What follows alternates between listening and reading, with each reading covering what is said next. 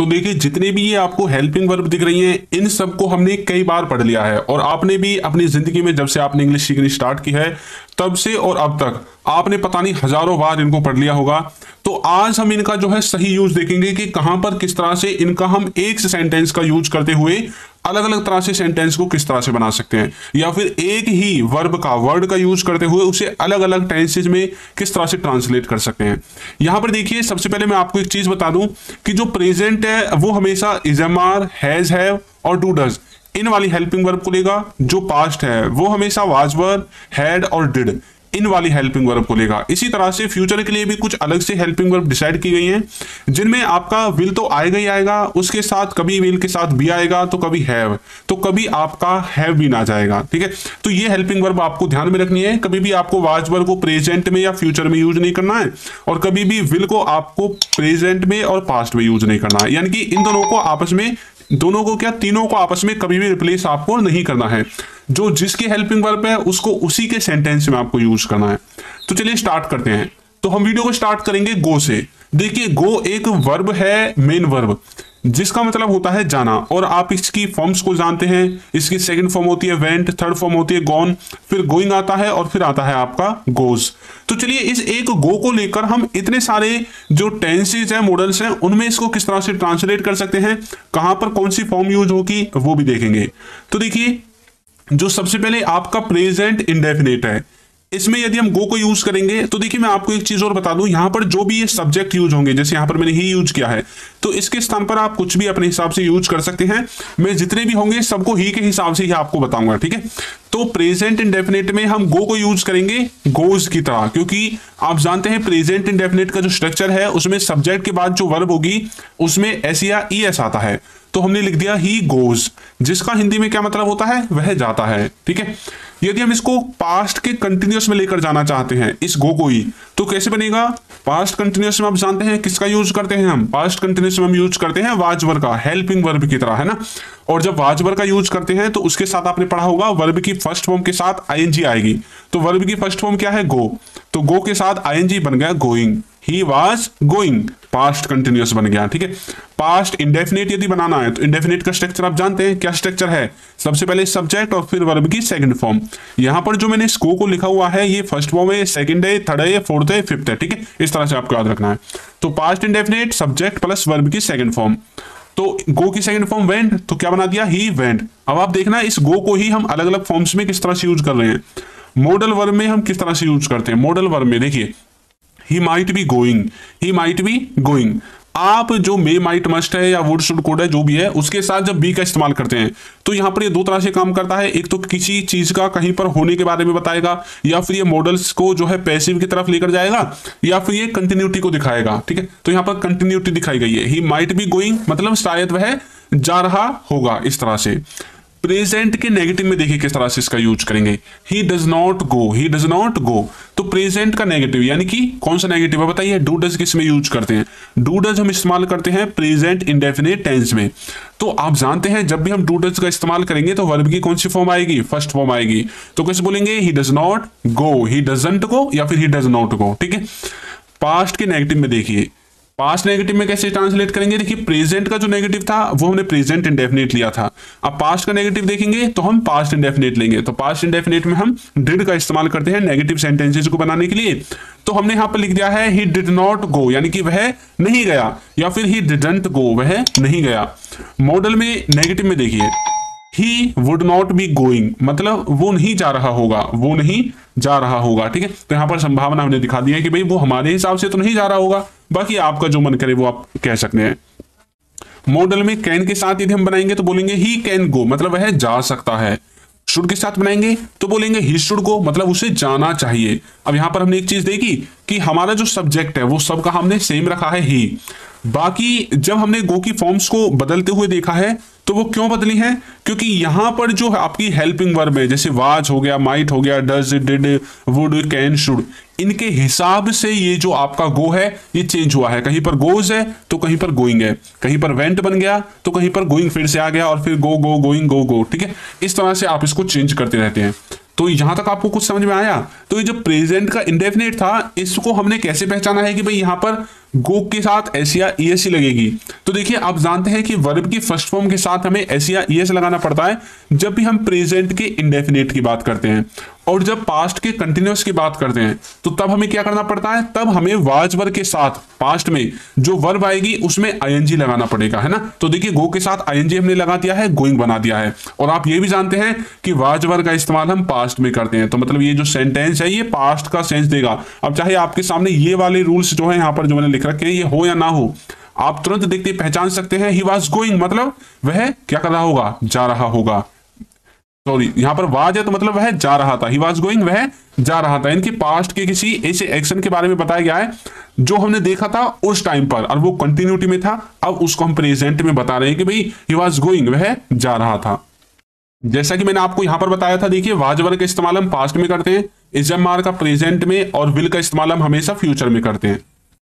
Next देखिए he went यानी कि पास्ट इंडेफिनिट। कैसे पता चला ये पास्ट इंडेफिनिट है जी, सब्जेक्ट है सबसे पहले, उसके बाद देखिए वर्ब की सेकंड फॉर्म आई हुई है, तो जब वर्ब की सेकंड फॉर्म तो सिर्फ पास्ट इंडेफिनिट में आती है, तो ये पास्ट इंडेफिनिट होगा। ही वेंट मतलब वह गया।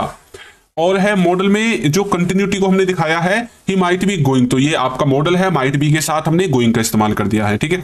और जो डू डज का इस्तेमाल है वो आप जानते हैं, डू डज का इस्तेमाल हम प्रेजेंट के इंडेफिनिट में करते हैं, है ना। प्रेजेंट इंडेफिनिट में कौन से सेंटेंसेज में, नेगेटिव और इंटरोगेटिव सेंटेंसेज को बनाने के लिए। इसी तरह से डिड का इस्तेमाल हम पास्ट इंडेफिनिट में करते हैं, इसके भी नेगेटिव और इंटरोगेटिव सेंटेंसेज को बनाने के लिए।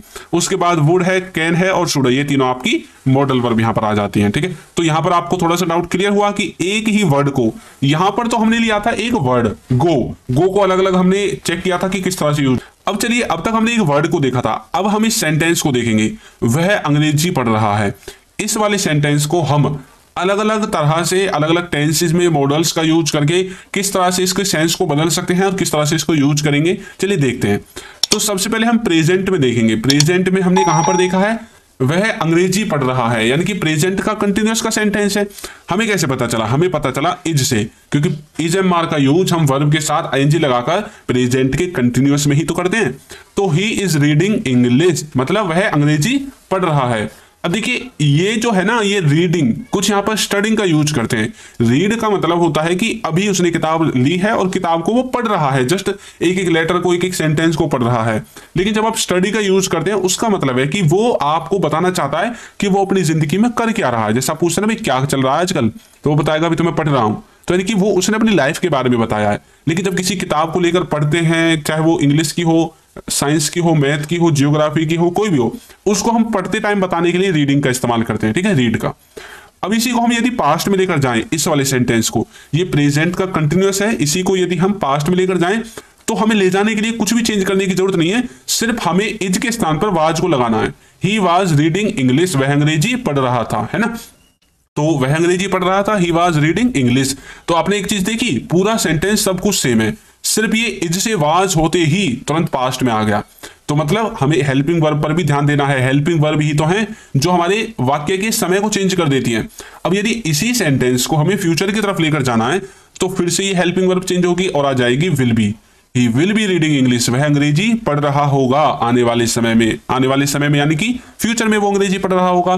तो फ्यूचर में he will be reading English, ठीक है। तो देखिए इज का यूज किया था तो प्रेजेंट में आ गया, वाज का यूज किया था तो पास्ट में आ गया, विल बी का यूज किया तो फ्यूचर में आ गया। तो मैंने जो सबसे पहले आपको एक चार्ट दिखाया था ये वाला, तो ये वाला तो आपके काम आ गया होगा अब तक, है ना, क्योंकि इसी में मैंने सारी चीज आपको बता दी थी। ये ही तो है मेन चार्ट, आपको इसी को दिमाग में रखकर सारी सेंटेंसेस को बनाना है। अब चलिए इसको हम एक मॉडल की हेल्प से बनाते हैं ना, मॉडल वर्ब की हेल्प से, इस वाले सेंटेंस को। तो मॉडल में हमने माइट का यूज किया है। हमने कैसे बोला है, he might be reading English, he might be reading English, वह अंग्रेजी पढ़ रहा होगा शायद हमारे हिसाब से, है ना। लेकिन पॉसिबिलिटी का जो लेवल है ना वो बिल्कुल कम है, तो यहां पर हमने माइट का इस्तेमाल किया है। इसी सेंटेंस को यदि हमें नेगेटिव में बनाना है, अब देखिए नेगेटिव तो आपके कई तरह के हो सकते हैं, प्रेजेंट का भी हो सकता है, पास्ट का भी हो सकता है, फ्यूचर का भी हो सकता है, ठीक है। तो देखिए किस तरह से हमने बनाया है, हमने बनाया है प्रेजेंट के इंडेफिनिट में। He does not read English मतलब वह अंग्रेजी नहीं पढ़ता है। वैसे तो यहां पर जो है ना ये रीड है, इसके स्थान पर हमें स्टडी का यूज करना चाहिए था, लेकिन मैंने यहां पर इस वाली जो ये फॉर्म है जो रीड है इसी को लगातार करने के लिए मैंने यहां पर रीड का इस्तेमाल कर दिया है। कभी आप सोचने लगो सर रीड का इस्तेमाल तो है कि इंग्लिश पढ़ना, तो यहां पर हमने स्टडी का यूज करना चाहिए था। अगर वो हम किसी से सवाल पूछते हैं कि वो अंग्रेजी पढ़ता है नहीं पढ़ता है, तो हम बोलते हैं भाई अंग्रेजी नहीं पढ़ता है, यानी कि अपनी लाइफ में नहीं पढ़ता है, लेकिन आप रीड का इस्तेमाल भी कर सकते हैं, कोई दिक्कत नहीं है, यदि आपको अभी वाली चीज को बताना है। ठीक है, नेगेटिव में He did not read English, तो ऊपर वाला जो है वो प्रेजेंट का इंडेफिनिट है और नीचे वाला जो है ये पास्ट का इंडेफिनिट है। तो he did not read English, वह अंग्रेजी नहीं पढ़ा, ये इसका ये मतलब हो गया। उसका मतलब है नहीं पढ़ता है, इसका मतलब है कि उसने अंग्रेजी नहीं पढ़ी। ठीक है, मॉडल में नेगेटिव यदि हम बनाएंगे तो बनेगा he would not be reading English, वह अंग्रेजी नहीं पढ़ रहा होगा। ठीक है, मॉडल में ही कैन रीड इंग्लिश, मतलब अंग्रेजी पढ़ सकता है। ही शुड रीडिंग इंग्लिश, मतलब उसे अंग्रेजी पढ़नी चाहिए। ठीक है, इस तरह से आप इनका यूज करेंगे। यहां पर आपने एक चीज देखी, जब भी आपकी सिंगल वर्ब है, सिंगल वर्ब, तब तो आपने डायरेक्ट किसका, रीडिंग का इस्तेमाल कर दिया है ना। लेकिन जब आपकी डबल वर्ब आई है तो यहां पर आपने देखा, यहां पर आपका बी जरूर आया है, माइट के साथ बी आया है, डू डज नॉट, ये तो नॉट है नेगेटिव की तरफ, ये सिंगल वर्ब मानी जाएगी क्योंकि नेगेटिव है। वुड के साथ ये भी देखिए बी आया है यहाँ पर। कैन, ये जो सिंपल हमने यूज किया है, शुड का भी हमने सिंपल यूज किया है। ठीक है, तो आपको ये चीज भी दिख रही होगी। एक चीज और देखिए, यहां पर इजमार से हमें पता चला है कि ये वाला जो सेंटेंस है वो प्रेजेंट का है। यहां पर हमें वाजवर से पता चला है कि ये वाला जो सेंटेंस है वो पास्ट का है। और फ्यूचर का हमें कैसे पता चला है, विल बी से हमें पता चला है, क्योंकि विल का इस्तेमाल हम फ्यूचर में यूज करते हैं। मॉडल माइट का इस्तेमाल, यानी कि माइट क्या है, एक मॉडल वर्ब है, और जब भी मॉडल वर्ब के साथ बी आता है वो तीन तरह का सेंस देगा। या तो वो किसी की अवस्था के बारे में बताएगा, यानी कि स्टेट ऑफ बीइंग, या वो किसी की कंटिन्यूटी को दिखाएगा, किसी कार्य की कंटिन्यूटी को दिखाएगा, उसकी संभावना को दिखाएगा, जो रेगुलरिटी की बात करते हैं हम, है ना। या फिर वो ये दिखाएगा कि जो हमारा सेंटेंस है वो पैसिव में बनाया गया है। ठीक है, डू डज का इस्तेमाल हम कहां पर करते हैं, आप जानते हैं डू डज का इस्तेमाल हम प्रेजेंट के इंडेफिनिट में करते हैं, डिड का इस्तेमाल हम पास्ट के इंडेफिनिट में करते हैं, और ये वुड, कैन, शुड, ये सब आपके मॉडल वर्ब के अंदर आते हैं। ठीक है, तो यहां पर हमने देखा कि एक पूरे सेंटेंस को किस तरह से अलग अलग ट्रांसलेट कर सकते हैं और एक वर्ड को किस तरह से अलग अलग ट्रांसलेट कर सकते हैं। अब चलिए थोड़ी सी हेल्पिंग वर्ब के बारे में थोड़ी सी बात कर लेते हैं, जिससे कि आपको कंफ्यूजन ना हो। तो हम करेंगे प्रेजेंट की हेल्पिंग वर्ब के बारे में बात, पास्ट की और फ्यूचर की, तीनों की करेंगे। प्रेजेंट में जो इजमार हमने यूज किया था, अभी हमने पीछे देखा था, जहां पर हमने इजमार यूज किया था प्रेजेंट में, इसका मतलब था कि वह अंग्रेजी पढ़ रहा है, यानी कि कोई क्रिया अभी चल रही है। ठीक है, तो यहां पर देखिए इजमार का मतलब है कि कोई काम लगातार चल रहा है अभी प्रेजेंट में। हैजैव का मतलब है कि कोई काम खत्म या शुरू हो गया है। और इसी तरह से जो डू डज है वो भी प्रेजेंट में यूज होगा, और ये सिर्फ नेगेटिव सेंटेंसेज में और इंटरोगेटिव सेंटेंसेज में यूज होगा। उसके बाद इजमार का यूज हम बीइंग लगाकर भी कर देते हैं। तो जब भी बीइंग दिखे इजमार के साथ तो ये पैसिव की तरह इशारा करेगा, और जब हैव के साथ बीइंग दिखे तो ये भी पैसिव की तरह इशारा करेगा। लेकिन आपको कंफर्मेशन नहीं रखना है, जब इसके साथ आपको वर्ब की थर्ड फॉर्म दिखे तभी आपको पूरी तरह से कंफर्म होना है। ठीक है, तो स्ट्रक्चर आपका किसी भी सेंटेंस को बनाने का यही है, सबसे पहले subject, helping verb, verb, object. अब यही है आपका मास्टर फॉर्मूला, इसी से आप इसको आगे पीछे करके हेल्पिंग वर्ब को इसी के बीच में कभी नोट लगा देते हो, कभी कुछ कर लेते हो, अपने सेंटेंस को चेंज करते रहते हो। ठीक है, पास्ट की हेल्पिंग वर्ब, पास्ट की हेल्पिंग वर्ब कैसे देखेंगे।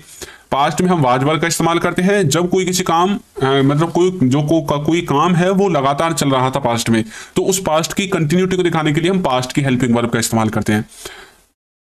हेड का इस्तेमाल करते हैं कि कोई काम खत्म या शुरू हो गया था पास्ट में। ठीक है, डिड का इस्तेमाल करते हैं पास्ट के नेगेटिव और इंटरोगेटिव सेंटेंसेज में। इसी तरह से वाज वर्ब का इस्तेमाल हम बीइंग के साथ करते हैं, हेड का इस्तेमाल हम बीन के साथ करते हैं पैसिव में, जैसा मैंने आपको बताया था।